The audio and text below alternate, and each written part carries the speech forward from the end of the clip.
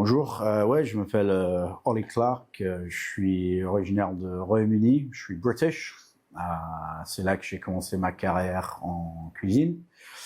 Ça a commencé un petit année sabbatique entre l'école et le fac. Je suis toujours en année sabbatique, ça c'est pas raté.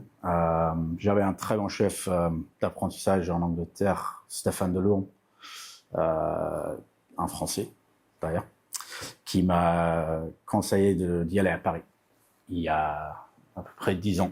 Et donc, nous sommes, moi et mon partenaire, on est venus à Paris pour apprendre la bistronomie, qu'à l'époque, on n'avait pas en Angleterre. Le bistrot, oui, on avait moins qu'en France. Donc, on est venu ici pour apprendre la bistronomie. On est vraiment tombé amoureux de façon de vivre, le bistronomie parisien. Ça, on a adoré. Donc, on a travaillé dans 2-3 adresses à Paris pour vraiment prendre le maximum d'expérience. Donc, les restaurants qui spécialisaient dans les produits terroirs, que ça soit de gibier, le champignon sauvage, les légumes oubliés, et surtout, éventuellement, les abats. Ça fait combien de temps que vous êtes ici? À Queue du Bon, là on est dans le 3e année. Je suis dans le 3e année ici, 3 ans à Queue du Bon. Ça a été pour moi, j'ai jamais travaillé une carte qui focalisait autant sur les abats. Je suis très content de l'avoir fait. J'ai passé du temps en Bourgogne à travailler sur une ferme, un élevage de veaux et d'agneaux, où on avait un petit restaurant. Et ça, c'était excellent de vraiment travailler la viande et de voir de A à Z la viande. Et maintenant, de continuer cette démarche et de travailler focalisé sur les abats, c'est extra. Je trouve que c'est vraiment important dans le futur des viandards, c'est de reapprendre la mort pour les abats. Ce restaurant Queue du Bon, il tourne vraiment autour des abats? Ouais, c'est notre fierté d'avoir une carte. Bon, on n'est pas à 100%, mais ouais, on va être plus que le moitié de la carte, il va avoir les abats. Pourquoi avoir fait ce choix? Donc, Queue du Bon existe depuis plus de 15 ans avec l'ancien propriétaire, amateur d'abats et de vin nature, puis repris par Marco qui également a porté son propre amour pour les abats. Et depuis qu'on travaille ensemble, on a vraiment essayé de focaliser, proposer le plus d'abats possible aux gens à la carte. Quel est le secret de réussite dans la préparation des abats quand on sait qu'il y en a beaucoup qui les boudent, mais pas forcément plus par crainte peut-être du produit que pour le goût? Le secret, c'est pour nous ici à Queue du Bon, c'est de laisser le produit parler soi-même. On n'est pas là pour cacher le fait que c'est des abats qui avaient à une certaine époque, la cuisine d'abat était très lourde pour un peu le cacher. Aujourd'hui, en recevoir les produits tellement frais, tellement bons, qu'il n'y en a pas un goût fort, même dans les rognons de veau par exemple. On laisse le produit parler lui-même, il n'y a pas besoin de le cacher. On le sert avec un bon petit sauce, mais vraiment traiter le produit simplement, comme la façon de travailler la viande aujourd'hui est pareil, de le snacker, saisir, griller, mais de laisser vraiment la viande se parler lui-même. Les abats, c'est pareil. Un foie d'agneau grillé, servi rosé, ça a besoin d'un purée pomme de terre et rien d'autre. C'est une cuisine assez facile, franchement. La carte des vins est assez conséquente. Il faut du bon vin pour accompagner les abats. C'est un Français qui pose ces questions en anglais, c'est quand même, vous savez, oui, il en faut, toujours. C'est toujours un plaisir de boire quelque chose si travaillé, si respectueux des terroirs que les éleveurs de bêtes chez qui on prend les abats. C'est un ensemble, c'est un tout. Ouais. C'est l'art de la table française. Quel type de vin vous proposez? On va être sur du blanc, du rouge, du rosé? Tout passe sur ça dépend quel. Par exemple, sur un rognon, ouais, on va partir plutôt sur une viande rouge assez costaud avec le rognon. Mais une cervelle de veau, un bon petit bourguignon blanc, un chardonnay bien boisé, très bien avec la cervelle aussi. Non, il n'y a pas de. Là-bas est tellement large sujets, les abats, que on a de quoi jouer. C'est vraiment un produit riche. Oui, c'est une cuisine assez riche pour certaines choses, oui.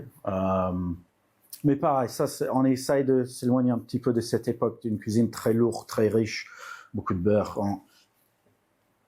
On en fait encore un peu, bien sûr, parce que c'est quand même très bon, mais certains plats, on essaye de faire un peu plus léger, un peu plus moderne. Ouais. Vous avez remporté le 7e championnat européen des produits tripiers avec un pastrami de langue de veau. Est-ce que vous pouvez nous présenter ce produit? Bien sûr, donc on a gagné les Star Trip et puis le championnat tripier de l'Europe ou du monde, avec le pastrami de langue de veau. Le pastrami, c'est un vieux recette juif, charcuterie de bœuf. Le brisket du bœuf, le bout de poitrine, est mariné très longtemps dans les épices et puis cuite à la vapeur et après fumé. Donc, nous avons pris le même principe de technique pour le langue de veau. Donc, ça veut dire qu'on le marine dans les épices. C'est cuit classique comme un langue de veau au bouillon. Et après, on le passe au fumoir avec un bois de laurier. C'est fumé doucement. Et après, on le sert tranché très fin.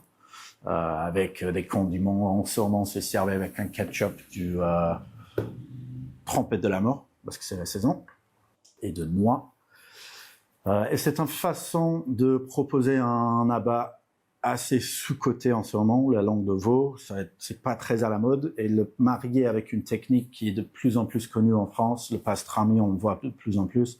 Donc ça permet aux gens qui sont pas forcément très confortables à goûter la langue de veau à nous faire confiance. Pour le championnat européen, vous pouvez revenir un petit peu sur votre parcours. Comment ça s'est présenté à vous? Comment vous l'avez vécu? Le championnat, donc nous avons été votés Star Trip par nos clients, qui est un concours pour les tripiers à Paris, France, pardon. Et puis ça nous avait donné droit à participer dans le championnat. Donc c'était un honneur de vraiment représenter le restaurant, notre philosophie au restaurant, et également un parti le Royaume-Uni aussi. À Paris, ça c'était vraiment cool. Et nous avons présenté le pastrami, langue de veau. Voilà. Vous l'avez vécu comment cette victoire? On était très contents. On travaillait ce produit depuis 2 ans ensemble et on était très contents de la récompense pour cette assiette. Comment vous le voyez, votre avenir et celui du restaurant? On va continuer à proposer des abats, très importants pour nous, plus d'abats qu'aujourd'hui. On va continuer à fond. Je pense que les abats vont prendre un plus important rôle dans le régime des gens, vu que on va peut-être s'adapter comment on mange. On va manger moins de viande industrielle, concentrer un petit peu sur la qualité, réduire la quantité. Et donc, pour ça, on va manger le bête entière, arrêter de manger que des côtes de bœuf et les filets de bœuf, mais de manger du tête au cul. Voilà. En utilisant les abats, finalement, en fait, on se sert de toute la bête. Exact, ouais, très important. Parce que pour nous, les abats, c'est pas que le foie, le rognon, c'est les joues, c'est la tête, c'est la langue, c'est l'onglet, la bavette. Pour certains, c'est un abat. C'est une philosophie de vraiment d'utiliser toute la bête. Il n'y a plus de perte. Voilà, c'est le but. C'est de plus avoir de perte. Voilà. C'est important pour nous. Notre santé, pour les agricultures, ça les arrange bien aussi. C'est important. Quelqu'un qui hésite à goûter là-bas, quel message vous avez envie de lui donner? Commencer par un abat blond, peut-être. Un abat comme le riz de veau ou le foie gras. Ceux qui n'aiment pas les abats, on les demande toujours, vous mangez du foie gras. Donc, commencer par quelque chose comme ça, quelque chose facile. Le riz de veau, ça reste les abats le plus cher, mais sinon un foie de veau, un foie d'agneau, c'est un abat vraiment pas fort. Voilà. Il faut commencer comme ça, aller vers d'autres choix derrière. Mais ouais, il faut évoluer après. Il faut, si on aime ça, voilà, il faut tenter d'autres choses derrière. Ouais.